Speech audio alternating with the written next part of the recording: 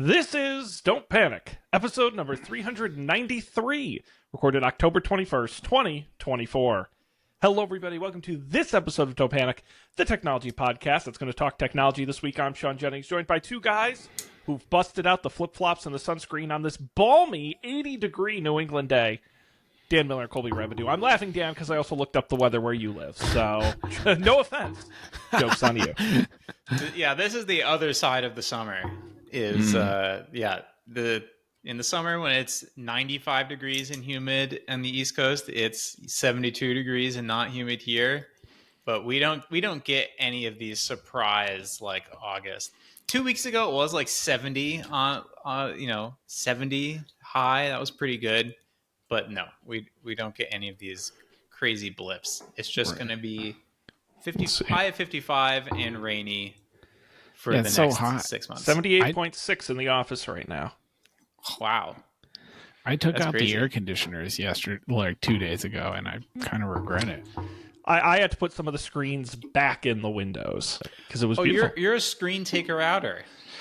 Yeah, I've been told that, you know, as part of a grand wisdom that they get battered with snow over the winter, and it's better just take them off. I have new windows. They pop out really easily.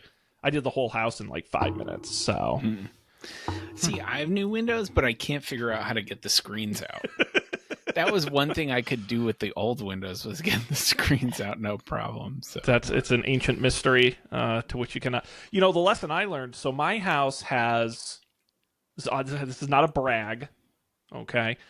I think I have like 14 windows in my house. I have so many windows. And I learned to number them and then write the number like on the window where you can't see it and then on the screen where you can't see it. Like the New York City subway, where each step has its own serial number on it. Yeah. It's very identifiable because every window is also a different size, which is quite irritating. they look like they're similar, but I did that, and I feel like an idiot. I did that last night because I have two windows in my bedroom. I only want the screen in one, and so I grabbed the one I thought it was, and I'm like, oh, this will definitely fit. And then I like put it up to the window, and it's like 3 sizes too big, and I'm like, I am very bad at this. I feel like I learned that when I was ordering blinds when I moved here, where it's like I measured and I was like, this is probably the same, right? And then I thought better of it, and I measured the second window, and it was not the same. It's they're right next to each other. They're not the same. Close. Just not quite. Sorry, I'm trying to figure out. I apologize. I'm the worst co-host in the world. We haven't been able to work on Facebook for a couple streams, and I've been trying to figure out why we haven't been able to go live, and it just says unable to connect to Facebook. So, apologies to my parents, our Facebook viewers. So what's going on, gentlemen? There's a specific topic I want to talk about here in the first half of the show, but before I get to that, what's going on with you guys? Anything worth discussing here? I think last episode or at some point we talked about how to use my desk budget at the new job, and I was informed that you cannot use it on coffee gear. So now I'm back to having no idea what to use it on. So I had... Can I just ask a quick question? Because before the show, you said there were 3 things on the list that you couldn't... Do you know what the other 2 are? Yeah, so one of them is computers/iPads. Sure, because you already have those. Which makes sense. And I don't remember what the third one is. But there are way fewer things you are not allowed, explicitly not allowed, to spend it on. Oh, remodeling. That's what it was. Like, you can't use it to, like... Contractor. Well, it is something I considered because, like, the light in this room sucks. And so I need this supplementary lamp. And so I was like, well, with $1,000, I could probably replace the light with a more powerful light above. But that is explicitly not allowed.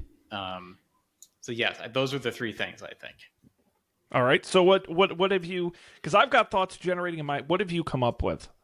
So I've actually noticed that on Riverside, or maybe it's at night, either on Riverside or at night, my camera looks way better than it does either during the day or on Zoom. I haven't debugged it yet. And I was reading, and Sean, you might know things about this, about like the correct way to light things. And you want to have 2 lights. Or you really want to have 3, but 2 is like good. And I found this company and now I've lost it, where they make like a little Y-shaped thing that attaches to your desk and has lights that shine on you at the correct angle. So that was one idea. And then I had forgotten that like people use their old cameras as better video cameras, something HDMI, something. I haven't looked into this at all, but I have 3 old cameras, presumably one of which is better than this camera, but that doesn't cost anything at all. I might just have to buy a cable. So I think that's it. Like another thing that people had posted was like, oh, you can get the drawing tablets. It's like, I guess I could do that. I have no use for a drawing tablet. Yeah. That's as much as I've come up with. Well, the 2 specific ones you mentioned, I can actually tell you, I recently upgraded my lighting here in the studio. Previously, I had just like 3 light bulbs in cans that were kind of randomly pointed, and I said I need to become an adult, and a streamer I watched uses this and looks pretty good, and actually I think it's working pretty well. This is the Logitech G Litra Beam. I put the link in the Slack. And it's just a single light bar powered over USB, and you can even plug it into your computer, and it's got software so you can fuss around with it. It does the different tones of lighting, different brightnesses, but it works really, really great. I saw someone have this, but it was pointed backwards towards the wall, and I don't have a wall behind the thing. But mine's pointed right at me. Yeah. Okay. Now, I haven't, not that you would necessarily use it in the daytime, but I've only used it for shows kind of when it's dark outside and it's just I only have the one light in the room. Well, one problem is I'm backlit during the day, and so it would help to have a light pointed at me even during the day. And you can program with the desktop app, like have different profiles. So you can have it like a little softer during the day when you don't need it, but just a little bit. And then it does the tones where you can do those sharper tones versus the sort of browner tones of light. Okay. And then they also make a more expensive one that does colors if you really want to get crazy. Those are the ones I think you kind of point away from you at the wall and they kind of color up really nice. I think I need colors. But I would recommend. It's been great. The other thing, plugging in your camera, I recommend one of these bad boys. Camlink by Elgato. It's USB on one side, HDMI on the other. This is when I eventually will play Xbox with Matt. That's how I'm going to plug it in and get it into the stream, is you can plug any HDMI device, and it shows up as a webcam. No extra peripherals. It's just this little dongle, and it works awesome. It does up to 4K. Sweet. It's worked really... Like I said, I did a test stream on Twitch where I had the Xbox hooked up, and it worked great. No issue. No extra software, no issues. It kind of just runs itself. So, would recommend. Thanks. And do you have a stand-up desk? You do, right? I do have a stand-up desk that we got when Lena's old law firm had a fire sale. Because they were moving out of their floor. And apparently what those companies do is they just sell everything, and then or they were remodeling one of the floors. So they sold everything and then just repurchased everything on the other side. I can see it. So, got a standing desk. Got a fancy keyboard. I have the Apple Studio display, and so like that's like the best monitor. I could upgrade to the Pro Display XDR, but that's like what, $6,000. I only have $1,000 budget, so it's not. That doesn't seem like a good idea. But you don't want one of the. I could get a second Apple Studio display. I did consider that. True. That seems crazy though. Do you got like a monitor arm? I don't have one of those. I have one of those. I did splurge when I got the Apple Studio display for the adjustable stand. So nice. I like the monitor arm because it saves a lot of desk space. Mm-hmm. But I have, if I recall correctly, I think I have more limited desk space than you do. It's the apartment problems. Mm-hmm. Yep. So I think you have a nice office chair, right, Dan? I do. Have you ever seen... Another thing I considered was, speaking of the standing desk, 2 years ago, I accidentally crushed this office chair underneath the standing desk, or the arm specifically, and then so now one of the arms is lower than the other one. Oh, right. So I was considering just replacing it wholesale, because that would fit in the $1,000. But then I saw that they have replacement parts, so I was considering ordering, or thank you for reminding me about that. I was considering undergoing some desk chair surgery. That's a good idea. I was thinking you should replace your chair with one of these. Have you seen these? Yes. The Oh, yoga you also ball told me chair? about the treadmill thing, right? Oh, the treadmill as well. Yes, you could do Yeah. that. No, I had a boss who had one of these yoga ball chairs, and they appeared to be the most awkward thing on planet Earth to sit in. And you look very bad sitting in them. The other thing I will say is, apparently these are. Do you have a footrest? I don't have a footrest. Apparently, I was it the wire cutter? It wasn't this one specifically, but they've recommended getting one to get your feet up off the floor. And what it does is because it's your kind of under thigh that has all the pressure from sitting on the chair, and when you get your feet up, it relieves that pressure and helps with blood flow. And they make very expensive ones. Oh, good. What do they do? Do they have like foot massager ones? Like, Ooh. Oh. They do have little treadmill ones. Boy, what would I search for? Sitting. I feel like I've seen like pedal ones that are like, like one of like these that, bad boys. Yeah, that's And what it's I was like thinking. it's like you're Under-desk working out. elliptical. You're working out while you're sitting, Dan. You'll get fit in no time. Wow, and you can spin it in either direction. That's incredible. Can you use it to charge your phone? It's got USB A and C. Pretty impressive. Charge your whole workstation. Yeah. Okay, interesting. I like this. We're getting to some wacky ideas. Let's see. What else? I have to stop sharing the screen because I'm afraid it'll show my Amazon search history.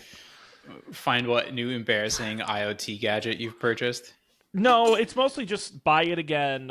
Fridge water filters, breath mints, AA and AAA batteries, and all sorts of other boring things. That's really. I don't buy anything cool. Laura and I learned yesterday that you can purchase spin drifts on Amazon for relatively reasonable prices, and you can do the subscribe and save thing with them. Really? So that might be a thing. Are you talking the canister, or are you buying entirely new Spindrift machines every time? I think you're thinking of the bubbly thing. Spindrifts SodaStream is what I'm thinking right. of. Right. Spindrifts are those lightly fruited seltzers, which we have been purchasing at the store, but are now considering subscribing to. That would scare the crap out of me. I only once ordered carbonated beverages on Amazon. I got soda once. Every single one of them, when you opened it, exploded. even they sat for 2 months. You would still open them and they exploded. The shipping terrifies me. Then again, this was so long ago, they were UPS shipped. So I'm hoping direct from the warehouse Amazon will do better. So actually, Colby, please do report back. Because I'm curious if they survive the transit. I will let you know. I had a similar thought. Like, I don't know how this is going to go. So we decided to just order like one box of them and see how it turns out. Dan, I found the one other thing I think would be perfect for your office. It's a little over budget. Okay. But you pitch a little of your money. I think it'll be worth it. This is the zero gravity computer gaming chair reclining workspace. And what's great is you can put this guy's got 5 monitors, which is awesome. But then the whole thing, it leans back. It's got overhead lighting. It's only $2,000, so you can cover half of it with your stipend. And then it's got a remote might be able control. to make up for it by selling my office chair. That's true. And just in productivity alone, your company might be willing to put up the other half because of how productive you're going to be. I mean, this is money in the bank for them. Oh my God, you could just buy like a tattoo chair on Amazon. You should get one of these for your office chair. This is cool. 3-motor electrical. It goes totally flat into a bed. Can you get like a dentist's office chair? Let's find out. This is with the light thing, and then that's where your monitor could be. So you could just pull the monitor down. You get the light thing, and then the like implements tray, that like swings over with all the Here you go. keyboard You just rails. get a full-on hospital bed for $2,500 on Amazon. Do you think you'd be more productive from a hospital bed? I actually do. Depends think what put me in there, I guess. Fair enough. Boy, my product recommendations are going to be screwed forever now. Thank you. I'm gonna have to figure out how to delete these out of my history. It's great. Now they're just gonna think I want hospital stuff. You can get one of these positioning. Okay, I was just bed about to bring pass. this up actually. When Lena was at the hospital and they had these hospital beds, they would sometimes transfer her from the like more fixed bed to the thing that would bring you to another room. And they would slide underneath you this sheet, and then they would use a machine to inflate the sheet, and then the fabric was such that it was slide around really easily, and then like two people could just go whoop and just slide you over to the other thing, and they deflate it, yank it out like the tablecloth trick, and you're off you go. And when I've been moving heavy things around recently, I've been thinking about could there be other applications of this technology? Could you, like, moving things up and down stairs, I've often fantasized about, like, I just wish I could strap in all of these boxes to a giant inflatable thing so they don't fall over, and then I can just, like, lower it down the stairs and it will just, like, float down. That would be great. That would be great. All stairs were escalators. Exactly. That too. Certainly on the downwards, it's pretty doable. It's achievable. Well, keep dreaming. Dan, I hope that was a helpful discussion for you. Yes. My takeaways were the light bar you mentioned. I should look into the spare parts for my chair and try to fix the arm. And hey, the money doesn't expire. So the other thing I'm thinking is, like, someday, Just Apple wait till will something update breaks. the AirPods Max, or something will break. Oh yeah. And then that is an overpriced thing that would fit well within this budget. So That's smart. Good. but yes, thank you. Well, please keep us involved in the ongoing saga of your office spend. I wanted to get to tonight, they say it's two great tastes that taste great together. Colby Rabidou in the city of Las Vegas. And I want to hear what the original party animal did in the city of Sin. I'm hoping there's some good tales to come out of that, Colby. Don't let me hype you up too much. Oh man. Well, mostly we were in, work conference trip at Resorts World Las Vegas, which was great. Yeah. Now, was this a team offsite, or were you attending a conference with other people? It was a team offsite / attending a conference with other people. Okay. So, this is a thing that our company is prone to do for this particular conference. I don't know if this is a thing that'll last forever, but it's something we've always done. Back when we didn't really have enough money to go on offsites, it was like a thing that we did one time because it was like, oh, we're going to a conference, but also it'll be an offsite. And now I don't know if we have enough money to be going on offsites now. So maybe the same thing is happening. I don't know. So that's it was fun. We did a bunch of things. Like, we went to some Vegas events. Like, we went to the Cirque du Soleil, which is very cool. Oh, yeah. Yeah, quite cool. We went to the Sphere, but we just went to the Sphere for like the weird, the like 45-minute bad sci-fi wrapper around a nature video kind of thing. Did that bum you out? Do how bad the sci-fi was? Yes, Yeah. it bummed me out. It was pretty silly. But the video is cool. The Sphere is way too loud. Like, it is uncomfortably loud.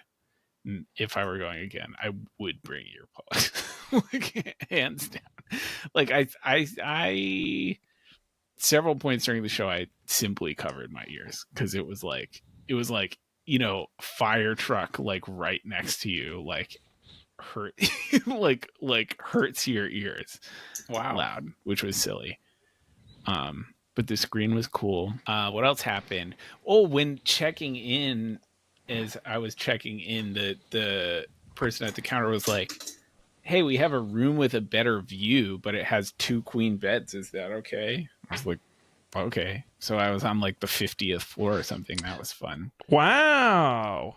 Yep. Sick. And it was facing away from all the stuff in Las Vegas, but it turned out that, like, when the sun came up in the morning, it was very beautiful. Yeah, it does. So It's very nice. No, Resorts Right. World is an awesome resort. Yeah.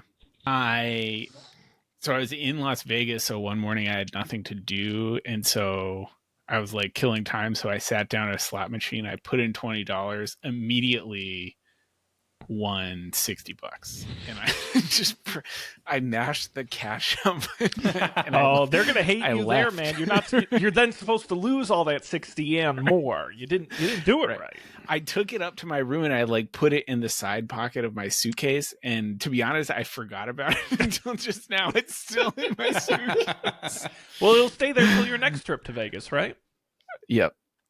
I think so. I think what else? That was the most Vegas or non-Vegas thing that I did. Is there a cocktail report? Yeah, I did have some cocktails. To be honest, like a lot of the food was like not that good.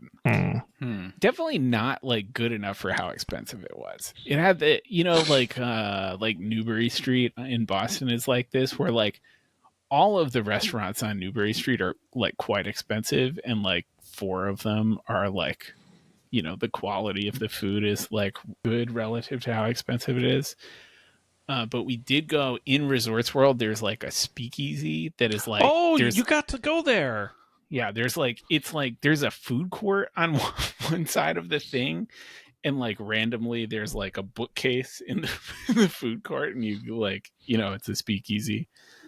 And it was actually quite good. The speakeasy cocktails were good. I had a cocktail called the Waffle House, which was like bourbon and maple syrup and like chili bitters or something. It was kind of spicy. It was really good. Yeah. My take on Las Vegas was I liked it better than I thought I was going to like it. Like I had a fine time. The shows were cool. You want some money? I don't know. Yeah, it was a fine place to be at a conference. Like the conference was in the hotel, which was really quite convenient. Because like you could go and like do the conference for a little while, and if you got tired, just like go back to your room and lay down, and then like go back, recharge, which was quite nice. Previous versions of this work trip, we've like stayed far away from the conference, and so you had to like go, and once you were there, you were far away. So it was great. But I would go back. I would do a Don't Panic trip to Las Vegas. I think it'd be CES. Great. Yeah, boys go to CES. Absolutely. Yeah. My sister is a real journalist, and I'm pretty sure could actually go to CES. Yeah, she does a lot of gadget reviews and stuff. Yeah. Yeah, that makes sense. I think she gets invited. She could go. She's just never chosen to go. Does she have +3s? I don't know. Maybe. I don't think it's I think if you just pay them, I don't think it's that hard to get in. Could we be her tech crew? Or like we got the best boy and the main key or whatever it is. I'll be the key grip. The key grip, yeah. Yeah, that would be. I'm so thrilled because I'm going in January again February as I do every year, and so many beautiful resorts, right? Resorts World. There's the Wynn and the Bellagio in Paris, and I'm staying at the Westin off Strip. Actually, it's very nice. I actually prefer staying there. It's much quieter, and nice. they don't have a casino, which is nice. So you don't have to walk through a casino every day, going to and from stuff, but. That's wild. No, congratulations. That's awesome. I was very curious because you were texting me before you went for recommendations. I was like, oh boy, I hope it works out for him. Well, that's great. Yeah. No, it's fun. I'm glad to be home. It was there. I mean, I was there for too long. We were there for like 5 days or something. It was exhausting.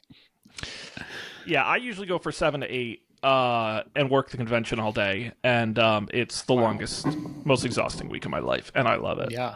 And it's great. I joke because I'm going to Dallas in a couple weeks to work a show, and I'm like, the only reason I like going to Vegas because the show sucks, but we tend to pick decent restaurants. The food is good and it's free, and I tend to win a little bit gambling. When I go to fucking Dallas, it's like, what the hell am I? So I'm going to work all day, and then we're going to go to the fucking In-N-Out or the Whataburger for dinner. Like, I don't even know. Are there even good restaurants in Dallas? We'll find out. I'll do my Dallas report out, but. I'm like, can we go to like a good city? Dang it. That's interesting. Well, there are definitely good restaurants in Houston. Yes, Houston has culture. Dallas Yeah. is concrete. Okay. And gray Yeah. and sad. Haven't been. I haven't either. I just assume these things. But I'm like, there's so many great convention cities in Dallas. I'm not. But we're gonna make the best of it. If you guys want to come, I can probably get you passes to Deck Expo. Dexpo. Do we get to see you use the tool again and go ka-chunka chunka chunka? Oh, I will be demoing everything. I'll be hyping up the crowd. I'll be calling people in. Sir, please come here. Let me show you our great screws. It'll be a lot of fun. All the influencers will be there. It'll be a hoot. Ask me about my screws. Yeah, literally. Yeah. Well, people always do the pun. Oh, ask me how to get screwed. It's like, okay, well, we're a real business. We can't be debasing ourselves like that. Your tagline isn't the only people in this industry who don't have a screw loose. We won't screw you over. Yeah, exactly. We've heard it all. Usually by very annoying people. Well, here's a fun fact. I have a fun screw fact. Oh, great. And maybe you can verify if this is true, Sean. I was reading a really interesting book over the weekend called How to Hide an Empire, and it's about the U.S. Like, is it an imperialist country? Is it not? It's sort of an interesting question, and it goes from the beginning. I don't know till when, but about halfway through their own World War II, and the book was talking about how the standardization in the U.S. was not always a given, and in any country, and there's this like watershed moment, no pun intended, where there's this huge fire in either Baltimore or New York, I forget which, and then firefighters from Baltimore or New York tried to go to the other place. In fact, they were sent, but they couldn't plug their fire trucks into the hydrants because the threads were different. And so they just watched as everything burned. They could do absolutely nothing. And so then there's this big initiative to standardize screw and threading, which succeeded. And then World War II happened, and the U.S. showed up in all these countries, Britain, France, Malaysia, Australia, and they all had different screw sizes and different everything, different shoe sizes, different street signs. And there were so many American soldiers in all these countries that it wasn't a thing that they thought to do in advance. It turned out that all of the factories switched from making British shoe sizes to American shoe sizes, and from whatever the local standard threading distance was to whatever the Americans needed. And that's how industry standardized in the 20th century. It was mostly an accident. Nice. Which is kind of crazy. Yeah. So anyways, I learned about some stuff about screws this weekend. There you go. Sounds like a very interesting read. Yeah, I would say that's one thing I've learned is you'd be shocked at how many sort of every little thing in your life has an international standardization organization. We'll talk about FIDO. The ISO. Probably a little bit later, but we use the International Code Council, ICC. They determine building codes, not just for the U.S., but around the world. It's one of those funny things. Yes. I remember another thing. I mentioned the street signs.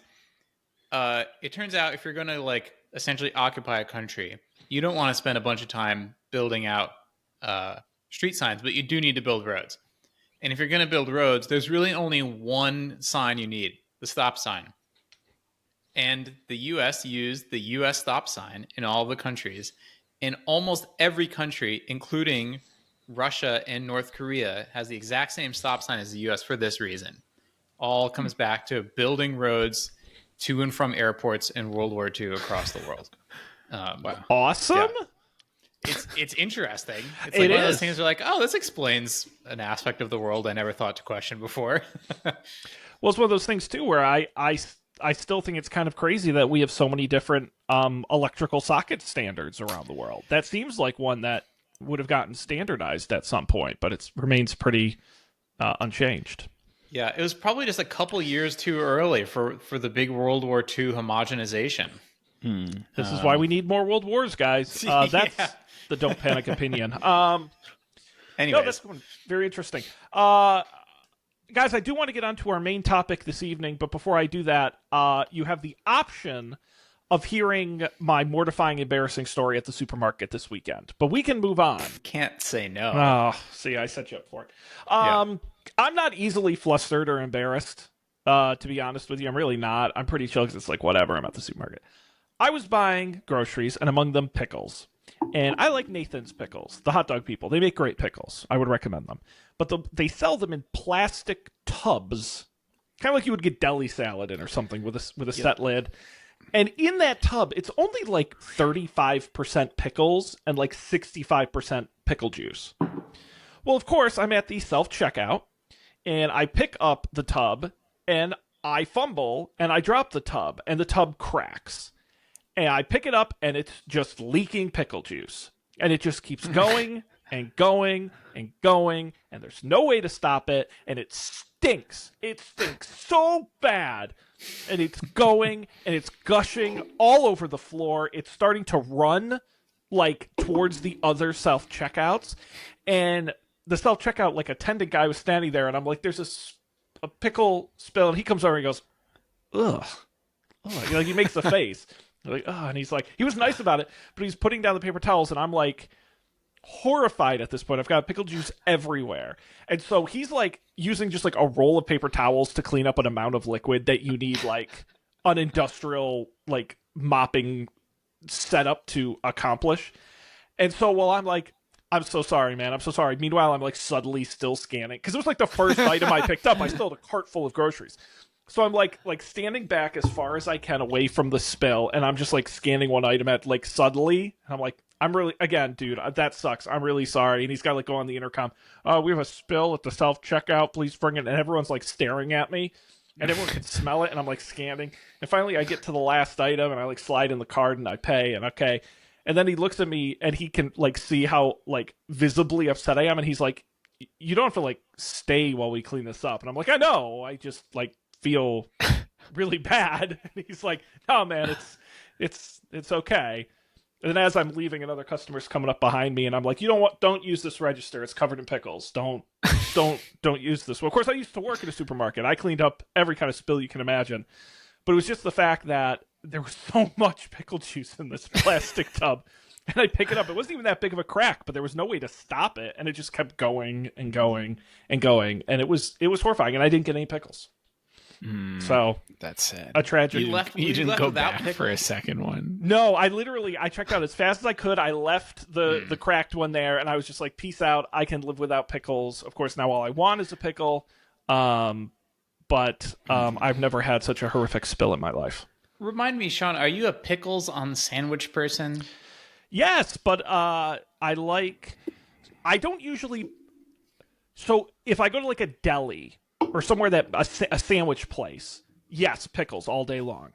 At home, I buy the spears and I buy relish, but I don't really make sandwiches at home, so I don't have the chips. On the sandwich, I like the chip style.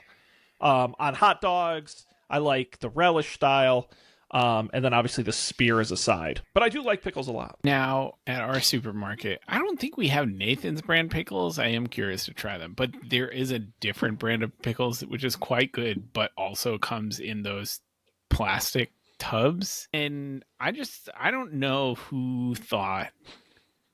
Nathan's used to be glass. They used to be glass. Right. Even if nothing goes wrong, they leak. Like actively, they're actively leaking pickle juice as you bring them home, and for this reason, Laura refuses to purchase those pickles, and it makes me sad because they're good. They're good pickles. They just have a stupid container, and the volume is so different. Where it's like there's not that much pickles in them, right? Like you could literally half the size of it, and you would have the same amount of pickles. It's crazy.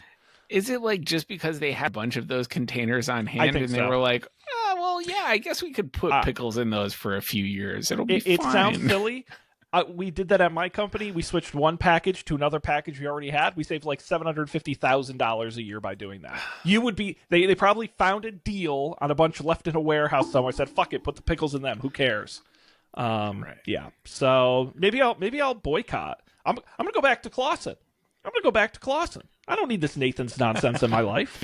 You should start a social media campaign. Shame on Nathan's. But I'll still eat your hot dogs. All right. Guys, we have a topic this evening, which is great. It's about time we talk some technology. Colby, this was your suggestion. Why did you want us to talk about passkeys? I just don't know. I remember they talked about them at the Apple event, and then like nothing happened, and I didn't think about it. And now I keep signing into websites, and they're like, "Do you want to set up a passkey?" And it's like, maybe I don't. I just don't know. I don't know what's gonna happen if I say yes, and I'm scared. They're really freaking you out. It's gonna be okay, Colby. Yeah. So, real quick, why passkeys?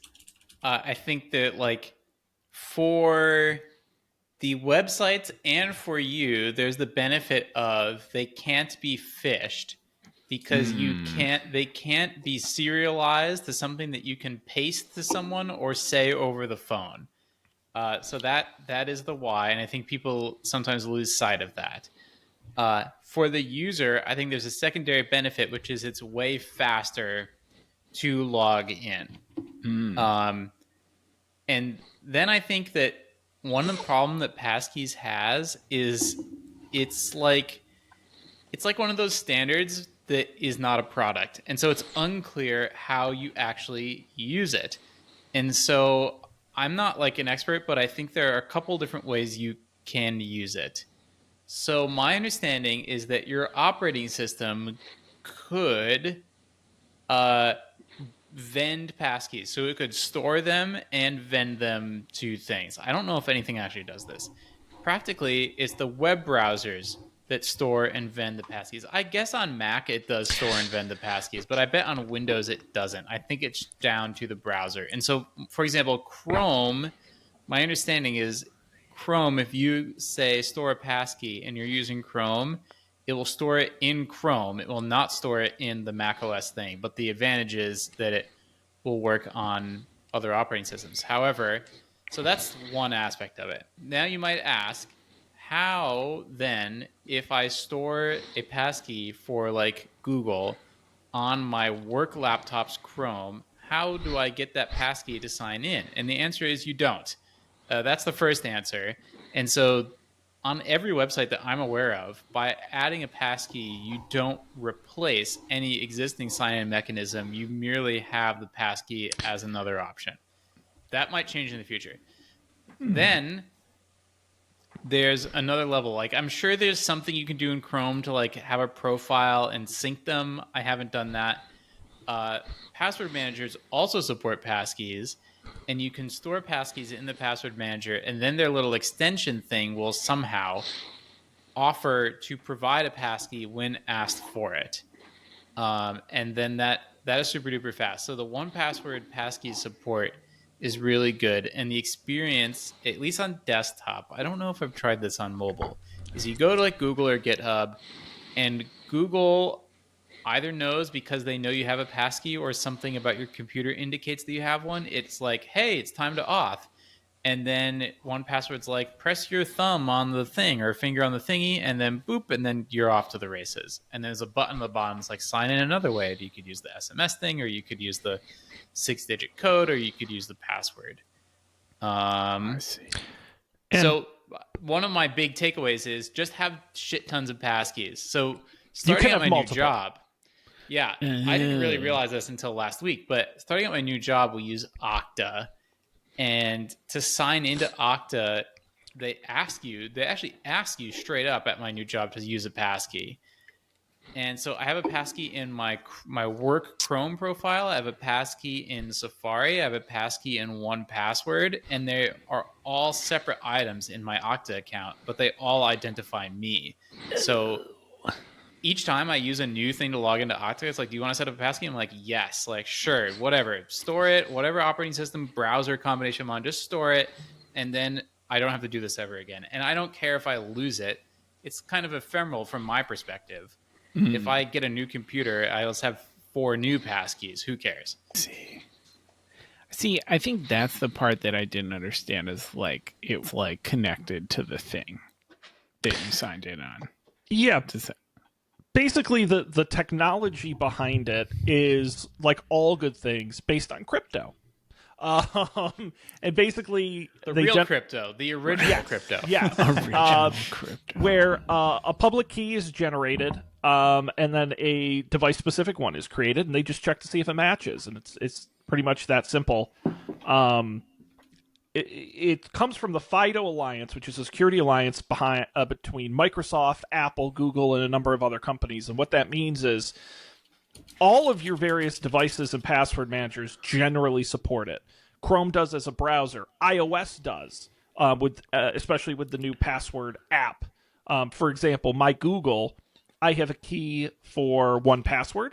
I also have a key for iOS. I can sign in either way. And you can generate as many as you like. I found a great website called passkeys.directory, which it's owned by 1Password, but basically it lists every site they can think of that supports passkeys, and all the major ones are out there, from Snapchat and PayPal and Microsoft, obviously. Home Depot supports it. I logged in today into Home Depot using a passkey, which I thought was pretty darn cool. The other thing I'll say is the experience, because one thing that may worry people is, do I have to be signed in to the device I'm trying to log in with? For example, on my work computer, my 1Password is not installed because it's my personal 1Password. How does a passkey work? It uses a QR code with your device. So if you're in Chrome and you try to log into your Google account, it will say you can sign in with that secondary device, but it uses a QR code. iOS scans the QR code, verifies with your face or thumbprint, and it logs you in that way. It's a little more cumbersome. For example, when I logged into the Home Depot app on my phone, that's probably the simplest way to do it because iOS has the key and the Home Depot app has the key. It took 0 seconds. It was totally seamless. The most complicated way is you got to scan the QR code to log in, but that's pretty quick too. Now, one annoying thing is that not every website allows you to have multiple keys, which I think is pretty stupid.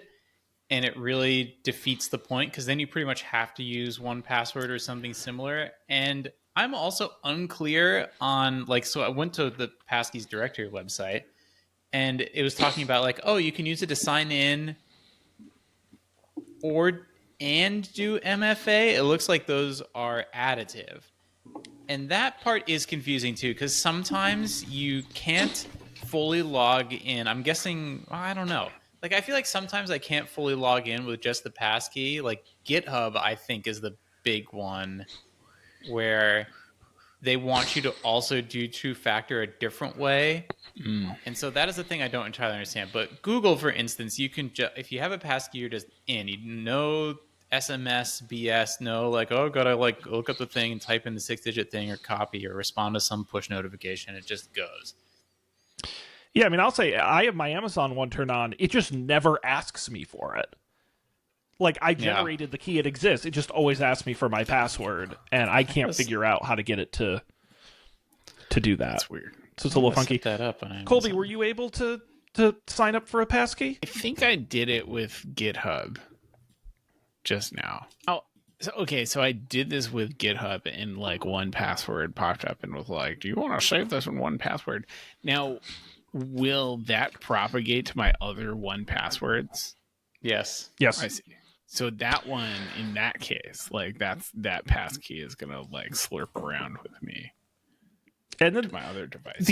There's also another strange thing that I didn't fully understand, but it also uses Bluetooth in a way where theoretically, if you are on your Mac, and the physical, you got a physical key. Look at you, you're so cool. Yeah. But it will use your phone if you are on. If you're on a device that can't authenticate you, but it's connected via Bluetooth to another device. I didn't quite figure that out. There's a whole thing where your phone will check via Bluetooth to another device to get the auth. I'm not sure. Dan, I do want to talk about your physical key, though. Yeah, so this is my first time having one of these. And it's USB-C and Lightning, which is unfortunate because I only need one of these. And I don't think this is the same as a passkey. I think it's more like the 6-digit code multi-factor thing where sometimes but it's unclear to me because like when I log into Okta with this, actually I think it is a passkey because it throws up the passkey thing. I've been having to do this because I cannot log into any of the work stuff with my phone, and it turns out, according to the IT person, it's amazing to have an IT person again. By the way, it's so nice that this is a iPhone 16. iOS 18, whatever, is it 18 that we're on? Yeah. 18.0.1 specific issue. If you have an iPhone 15, you're not on 18.0.1. You don't have this problem, whatever my problem is. I don't even know what it is. So anyways, I've been doing a lot of signing out of Okta and signing back in to try to fix this. And it throws up the passkey prompt, but I've signed out of Okta and I haven't put it in one password, or this is like intrinsic to my account maybe or something, but it looks exactly like a passkey thing. I plug it in and I select like physical hardware and then I squeeze the sides and it prints out 32 characters. It shows up as a keyboard, which is annoying. So when you have this plugged in, the keyboard never shows up when you try to type anything in. Wow. So you want to type in your email address, you got to pull it out and then you got to put your password and you push it back in. So simple. It's a bit annoying. But it advertises to me the Bluetooth support, which I imagine is more seamless in this way than a hardware keyboard. Yeah, as far as I understand it, those are because essentially passkeys require two devices: the device you're using to log in and a secondary authentication device. 99% of the time, that's your cell phone. And what's great about it is if someone steals your phone, they need to have your face or your phone password or something. There's that extra layer of security.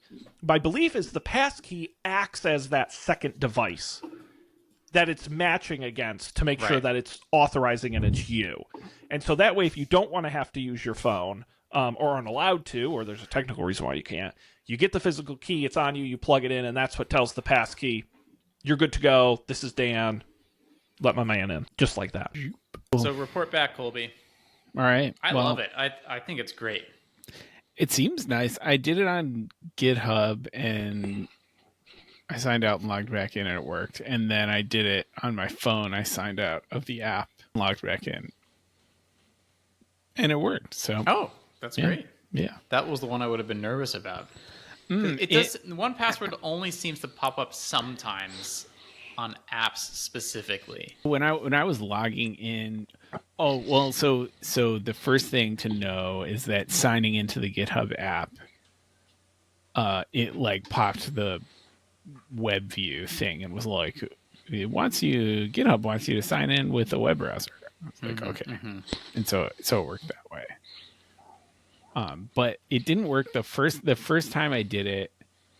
I didn't do anything in the GitHub page. I tried to just go to 1Password and click use a passkey, and I got redirected to a weird page that said something about cookies being enabled to sign in, and it failed. It was like a plain text web page from GitHub that just said cookies must be enabled to sign in. And then I tried again, and on the GitHub sign in, there's a button that says sign in with passkey. And I pressed that button, and then that like triggered 1Password to open. Oh, nice. And I pressed sign in with passkey, and it worked. So cool, sweet. Yeah, Colby, when is don'tpanic.io going to support passkeys? I think it barely supports passwords. That's an interesting question. I don't even know how to sign in. So this is by the way, serious question. I do have to share this because I do log in every time we publish this. But we're getting the come on, share the screen here. Is our next authentication mechanism going to be deprecated? We're already getting we got to update our CK editor. Oh man, our CK editor. It's fine. I work around on. it. I'm not worried about it being not secure. I mean, what's the worst that could happen? But I just want to let you know that's been there for like 3 months, 4 months. Wow, that's annoying. But otherwise, the site's awesome. Yeah, I mean, is this our longest running version of the Don't Panic IO website? I think it is. Remember when we used to have to Facebook authenticate to sign in? Yes. Yeah. We'll rebuild it again before. Of course. Yeah. There's lots of Ruby at my new jobby job, Colby. Ruby. It's a throwback, yeah. Yeah. That's This cool. website still has the phone number on it. We haven't owned that phone number for like 3 years. I don't know what happens when you call it. What if people are calling it? Yeah, that could be a problem. One thing we should talk about at some point. I had almost figured out a passwordless future, and that was because I have more aggressively over the past year moved to sign in with Apple on a lot of things, which I hated doing with sign in with Facebook, sign in with Google, but sign in with Apple just felt better, and it works really well on my phone. So I don't use it for everything, but that has been a nice addition to the Apple canon. Yeah, I use that wherever possible too. For apps, for things that I know I'm only going to use on my phone, that's the only thing I use. Cool. Well, I think this was pretty informative. I would say we're generally pro Passkey. Yeah, I have less anxiety now.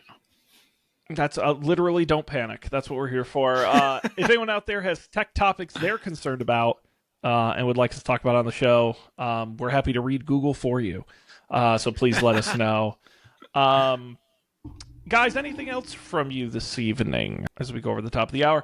I will very quickly tease over and Up for Debate. We wrapped up Sean Timber with our great tea tasting episode. We brewed some fresh tea right here at my desk. Got to try a whole bunch of varieties. Spoiler alert, I liked most of them. So if you want to hear me slurping live on the air, check that out.